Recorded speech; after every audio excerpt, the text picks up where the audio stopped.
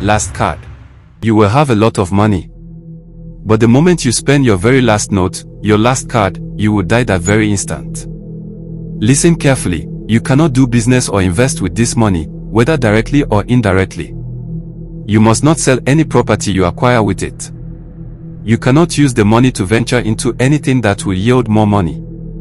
And you must never collect money from anyone, not even a single penny, or you will die. Uroma chuckled, tilting his head. So, that's all. Really, that's all. I was waiting for the part where you'd ask me to bring a virgin every week, or 100 pregnant cockroaches. This is too simple. So this is all it takes to be rich. And I've been suffering my whole life. Women say my poverty is contagious, they wrong when I try to get close. My landlord has had me arrested several times for not paying rent. I hide from my creditors. Even my own family avoids me as if I were a heap of filth.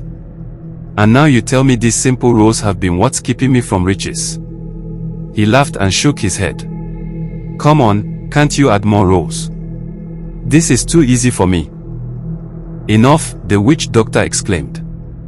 The dog that chases too many shadows will lose the bone in its mouth.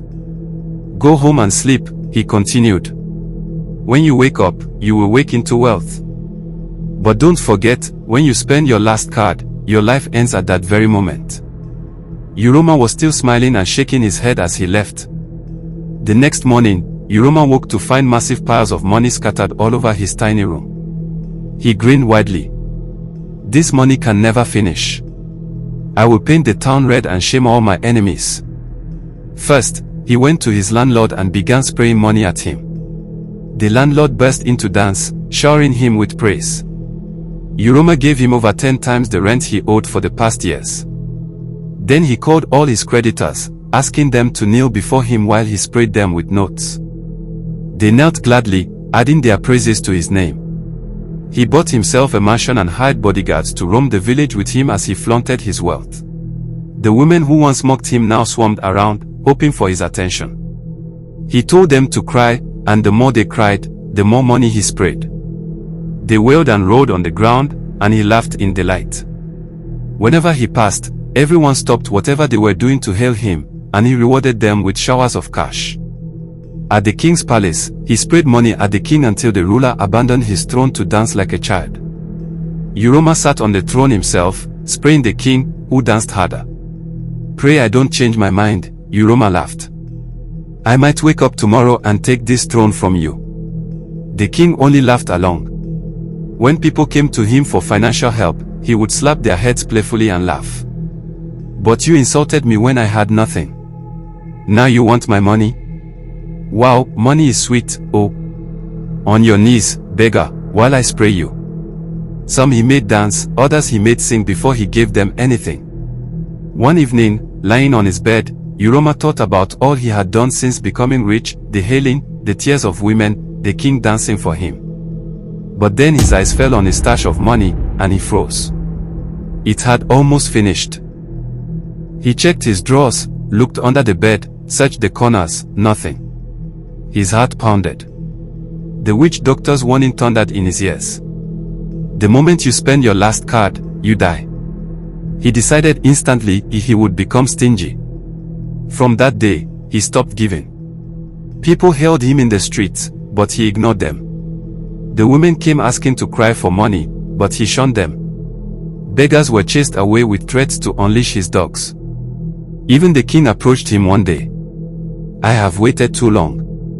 Give me money and take the throne, you belong on it. Uroma glared at him and hissed. The once generous philanthropist was now a miser, and people whispered, who offended him? What happened? He used the money only for basics, food, water, cream, soap, and calculated that if he kept this up, he could live long, even without the luxury. One day, returning from an outing, Uroma found his door broken. Thieves had raided his home. The first thing on his mind, my money. He rushed to its hiding place, but it was gone. Every note. Panic hit him. Why am I still alive? He wondered if the witch doctor had lied. Then he spotted it, a single note lying on the floor. The thieves had probably dropped it by mistake. "Oh, so that's why I'm still alive," he whispered.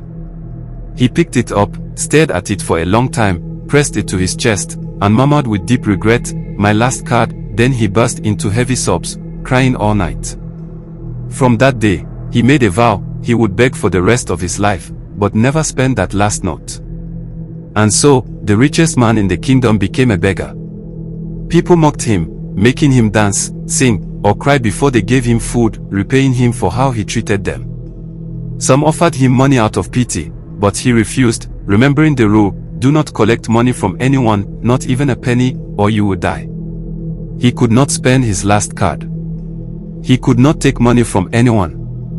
He could not sell his properties. And so, although he still owned the biggest house and the finest clothes, Uroma begged around the kingdom for years. To this day, he still begs.